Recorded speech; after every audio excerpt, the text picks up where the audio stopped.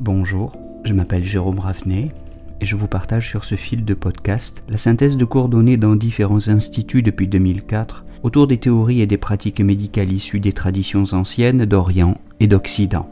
Bienvenue sur Énergie Tradition Santé à tous ceux qui nous écoutent avec discernement.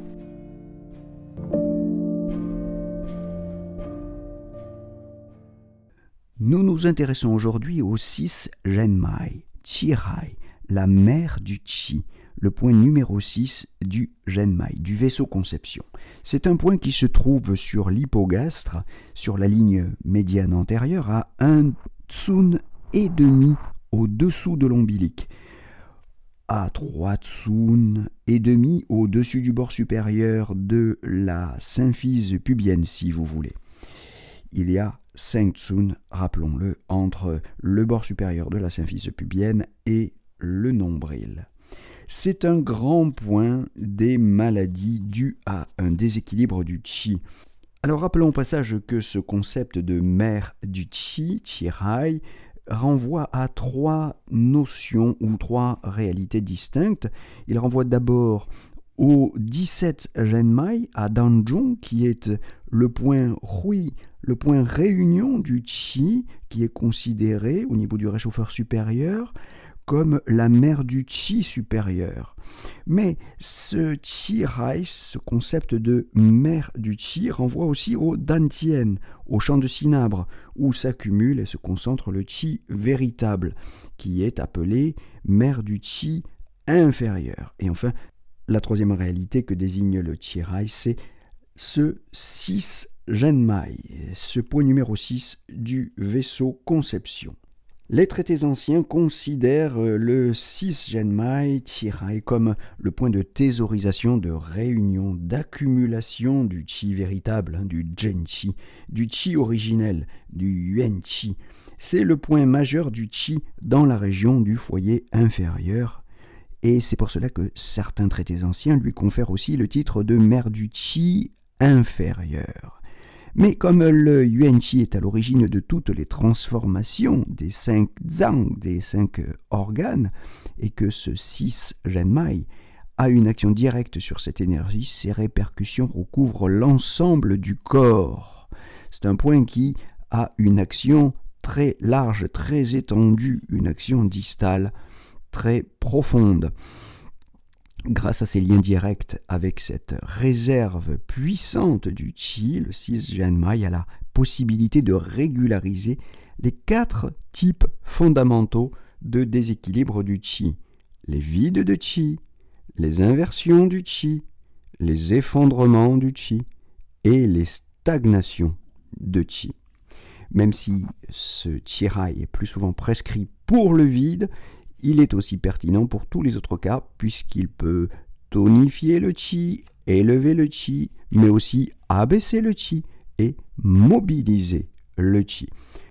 Alors ces applications sont multiples, mais il est particulièrement efficace, ce 6 Zhenmai, dans tous les désordres et les symptômes des maladies du système urinaire d'abord, surtout si elles sont dues à un vide ou à une stagnation de Qi. Dans les symptômes des maladies du système digestif dus à un vide ou à une stagnation de Qi, dans les symptômes des maladies du système respiratoire dus à une inversion ou à un vide de Qi, dans les maladies gynécologiques et sexuelles dues à un vide ou une stagnation de Qi, et dans les ptoses et les prolapsus dus à un effondrement du Qi. Il faut garder à l'esprit que comme le Qi-Rai, ce 6 Zhenmai, a une action notable sur le Qi, il a une action indirectement sur le sang aussi. On sait qu'un déséquilibre du Qi peut avoir une action indirectement sur le sang. Par exemple, un vide de Qi peut induire un vide de sang ou une stase de sang, puisque le Qi a cette fonction de propulser le sang, par exemple. C'est un point qu'on pique assez souvent parce qu'il a une action sur le dérèglement du Qi. Il a une action bénéfique puisqu'il permet de travailler sur la racine, sur le ben de la pathologie. Alors, c'est aussi un point majeur des méthodes de prévention et de longévité. dans l'esprit d'ailleurs du 4 Genmai, puisque le 4 Genmai et ce 6 Genmai, Guanyuan et Chirai, sont deux points qui ont une relation privilégiée avec le Yuan-Chi, le Chi originel. On va dire d'ailleurs que sa fonction thérapeutique principale en tonification, c'est de tonifier le Yuan-Chi. Et en dispersion, c'est de mobiliser le Qi pour disperser la stagnation, de régulariser le Qi pour mobiliser le sang. Par ailleurs, c'est un point sur lequel on peut utiliser l'amoxibustion pour tiédir le yang en tonification, tiédir le yang et augmenter le Qi, élever le Qi, faire revenir le yang. Voilà. Et en dispersion, dans les attaques de froid, on peut disperser ce 6 Genmai avec du moxa pour disperser le froid et tiédir le yang. Voilà, alors une petite liste d'indications fondamentales, non exhaustives, mais tout de même. Anurie, oligurie, œdème, énurésie, strangurie, douleur abdominale, diarrhée, constipation, dysenterie, hoquet, asthme, dyspnée, aphonie, spermatorrhée, impuissance, stérilité, aménorrhée, dysménorrhée, métroragie, lochiorragie, leucorrhée, douleur dans le petit bassin, masses abdominales, hernie inguinale, ptose d'organes, prolapsus de l'utérus, prolapsus de l'anus, épuisement, syndrome de collapsus d'une manière générale. Disons que c'est un point interdit à la poncture à partir du 3e mois de la grossesse pour des raisons évidentes de prudence à l'égard du fœtus. Mais à cette réserve près, c'est un point très utilisé pour les raisons que nous venons de dire, parce que tonifier le Yuan-Chi et régulariser le Qi, c'est très souvent utile. On notera toutefois que quand la dispersion est nécessaire, on peut prendre le relais avec d'autres points de la région, comme le 25 estomac, le 29 estomac ou le 3 Genmai qui sont, disons, plus adaptés à la dispersion. Cette remarque m'amène à quelques considérations concernant la discrimination de certains points. 6 Genmai, 12 Genmai, 17 Genmai, 4 GI 3 fois sont des points très réputés pour ce qui concerne la régularisation du Qi. Il faut cependant apprendre à discerner leurs différences pour mieux les prescrire. Le 6 Genmai régularise principalement le Qi dans le foyer inférieur, dans la mer du Qi inférieur. Il tonifie le Yuan-Chi et il mobilise, disons horizontalement, il retient en bas et il élève éventuellement le Qi verticalement.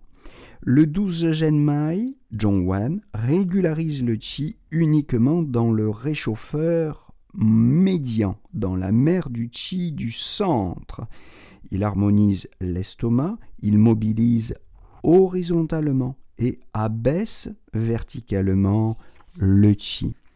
Le 17 Genmai Danzhong régularise le Qi uniquement dans le foyer supérieur, dans la mer du Qi supérieur. Il régularise le Qi du poumon, du cœur et de la poitrine. Il mobilise horizontalement et il abaisse verticalement le Qi. Le 4GI, lui, régularise le Qi dans les 3 foyers, mais essentiellement pour activer le sang, en association surtout avec le 6-Rat. Il tonifie le Qi de la surface et du poumon, il mobilise horizontalement, il disperse, une action centrifuge, et il élève verticalement le Qi.